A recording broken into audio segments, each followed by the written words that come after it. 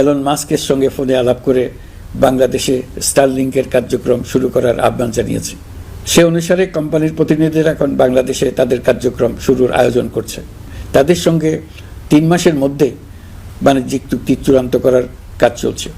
স্টারলিংকের মাধ্যমে স্বল্প মূল্যে উচ্চগতির ইন্টারনেট বাংলাদেশের ডিজিটাল জগতে একটা বিপ্লব আনবে।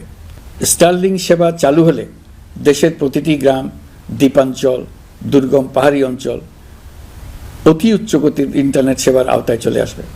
স্টারলিংক চালু হলে ভবিষ্যতে কোনো সরকার ইন্টারনেট সেবা বন্ধ করে মানুষকে আর তথ্যবন্দী করার কোনো সুযোগ পাবে না।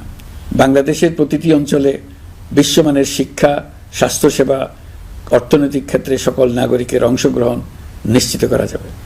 আমাদের নতুন প্রজন্ম দেশের যে কোনো প্রত্যন্ত অঞ্চলেই থাকুক না কেন, তারা বিশ্ব নাগরিক হয়ে গড়ে ওঠার সুযোগ পাবে। সরকার যুব উদ্যোক্তা নীতি 2025 প্রণয়ন করেছে। এর লক্ষ্য হবে সামাজিক, অর্থনৈতিক ও পরিবেশগত অগ্রগতির মূল চালক হিসেবে তরুণ তরুণীদের ক্ষমতায়ন করা।